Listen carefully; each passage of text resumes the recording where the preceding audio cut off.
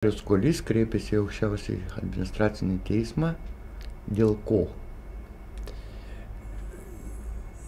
Trumpai tariant, dėl to, kad valdančiosios partijos, ne vien valdančiosios, į tą koaliciją debatų įėjo ir Karbauskio, Žaliųjų ir Valstiečių partija. Vienu žodžiu, valdančios arba pretenduojančios į valdymą partijos tarpusavyje susitarė dalyvauti debatuose taip, kad neįsileisti į ginčus su visiška opozicija. Tai yra su nesisteminiam partijom. Ir vakar buvo svarstymas. Operatyviai vakar buvo svarstymas. Svarstyme dalyvavo ieškinį palaikė Darius Kuolys su advokatė.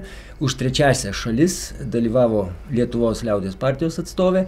Ir, kas irgi mums pasirodė įdomu, nors visiškai nebūtina buvo, bet palaikydami VRK dalyvavo Valstiečių Žaliųjų partijos atstovų advokatas.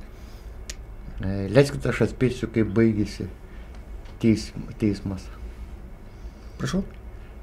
Aš manau, kad didžiųjų partijų susitarimas buvo palaikytas teismo.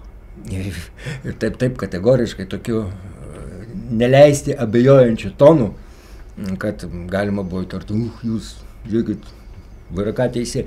Nors dar vakar, klausydami teismo posėdžio, aš dalyvavau teismo posėdį visame, vienas iš teisėjų, tai Arūnas Dirvonas, paklausė Zenono Vaigausko, ar aš teisingai suprantu, kad hipotetiškai pozicijoje esančios partijos gali susitarti taip, kad išvengti susidūrimo su opozicija. Į ką Zenonas Vaigauskas vienareikšmiškai atsakė, įstatymas tą numato. Taip numato būtent. Dar skaičiau vieną auksinę Zenono Vaigausko frazę, kad šita situacija sukurta tam, kad eliminuoti nepatogius klausimus.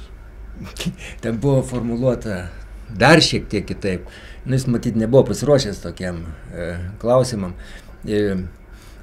Buvo pasakyta taip, kad galima buvo suprasti taip, kad didžiosios partijos natūralios atrankos būdu, jos dėl to ir didžiosios, nes stipresnės ir jos teisingesnės. O mažosios, norėdamos atkreipti į save nepelnytai perdėtą dėmesį, gali bandyti sužlugdyti debatus nepatogiais klausimais. Ir todėl labai teisinga ir gražu, kad būtent taip yra padaryta, kaip padaryta. Tos mažos partijos čia šiaušiasi, ieško kažkokios teisybės. Žinot, man labai pasidarė įdomus, pasirodė matematikos mokslų daktaro docento Eugenijaus Palioko paskaičiavime. Jis paskaičiavo tikimybių teoriją ir išvedė, nežinau, ar tai tiesa, bet jo blogai yra smulkiai ir metodikos parodytos, kaip tą dalyką paskaičiuoti.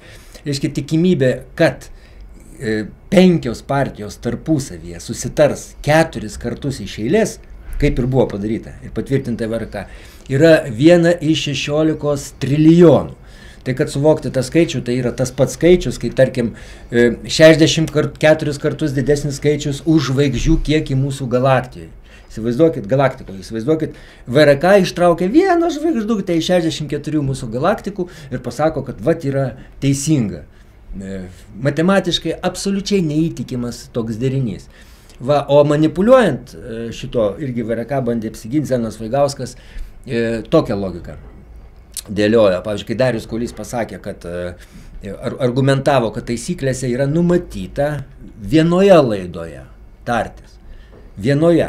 Tai Zenonas Vaigauskas bandė taip, vienoje laidoje, bet atskiras laidas užskaitė už vieną. Na, tokia demagogija. Kiekviena laida yra atskira laida. Taip. Įstatymus parašytas teisingai. Negi dabar Zenonui Vaigauskui kurti atskiras metodikas. Kokia partija yra maža, kokia didelė, kokia kvaila, kokia nusišnekantė. Ieškinį palaikančią pusę advokatė ir pasakė, sako, nu tai tada, būtent, kokios yra metodikos, kuri geresnė, kuri protingesnė. Jeigu jūs deklaruojate, kad visos lygios ir visiems politinės kampanijos dalyviam vienodos teisės, na tai prašom vienodės ir duokite tas teisės. Tai man atrodo, kad ir taip gyvenimas įrodė, kokios yra lygiausios partijos ir kokios teisingiausios. Teisingai, tik klausimas dabar, kaip vis tik tai to mažosiom, kurios paverstos iš esmės mirtininkais. Taip. ar politiniais lavonais. Čia labai jau mirti. Nu taip, pažiūrėkit, dabar pavyzdžiui, informacija, kuri buvo po VRK burtų traukimo pirmojo Seimo konferencijos salėje. Netgi oficialioji informacijos žiniasklaida pateikė tik ar 6 ar 8 partijas.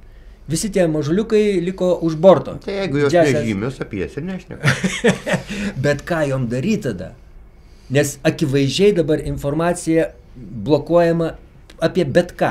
O ką joms daryti? Jos pasirinko teismą. Bet šitas procesas vienintelis ir neskundžiamas, galutinis. Tai ir gerai. O tai jūs čia su savo tais teismais iki pat rinkimų nukeliautite. Šia prasme gal ir taip. Bet aš sakyčiau tik tai tiek, kad jeigu opozicija, va tai yra dabar aiškiai parodyta, kas yra pozicija. Taip. Jeigu mirtini priešai tarpusavy, pavyzdžiui, socdemai su konservatoriais. Jie ne priešai. Vat jie ne priešai, vadinasi, jie tik tai vienos partijos atskiri sparnai, tai yra pozicija. Visiškai teisingai. Vadinasi, jeigu mes, tai yra opozicija, opozicija yra mes, su kuriais jie nenori šnekėtis. Vadinasi, jeigu mes ir šitoj situacijoje nesugebėsim susitarti kažkokiu būdu, kad atkreipti į save dėmesį, nu tai mums tada ne vieta Seime. O gal yra labai gerai, visos vadinamosios opozicinės partijos susirinks į debatus krūvoje ir jie gali pasakyti viską, ką galvoja. Nieks jiems netrukdys. Taip, bet klausimas. Tai įsivaizduokit, sėdi ten banginiai ir drambliai, tie, kurie lemia 25 metus Lietuvos gyvenimą. Taip. Ir jiems neįmanoma užduoti nepatogių klausimų. Žiniasklaida didžioji tyli, nu gerai, va, su jumis šnekam, ar ne, va šitoj studijoje. Bet tai auditorija yra nedidelė. Mes patys ir žiūrėsim, ar kaip čia. O didelės neįsileidžia. Tyli, mandagiai nutyli. Tai aš ir dėl to pasakiau, mirtininkai arba lavonai politiniai, kaip, arba bandomi paversti tokiais. Na, jūs tiesiog nemalonus. Savo mažumu, savo nepatogiais klausimais. Nu, sutinku. Čia tai sutinku. Mesgi dabar vykdome darnę Lietuvos politiką. Priešim darnios Lietuvos perspektyvas. Ir į tą darnų paveikslą labai įsipaišo advokatas žaliųjų ir valstiečių, kur visiškai jo dalyvavimas buvo nebūtinas iš esmės. Ir taip jau traukinys važiavo, kuriem galam ten reikėjo parodyti savo lojalumą, dar pabrėžti. Tai šiek tiek keista. Kadangi teismas priėmė sprendimą, jūs dabar turite tik patvirtinti, kad jis priėmė teisingą sprendimą. Aš nesutinku, čia yra visiškai neteisingas sprendimas ir tas, aš manau, na, skųstis nėra kur, daugiau. Bet nekvestionuojant pačio,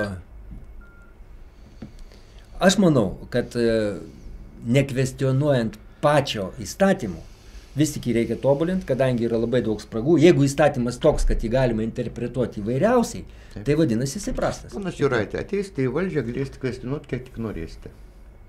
Tai aš sakau, nekvestionuoju.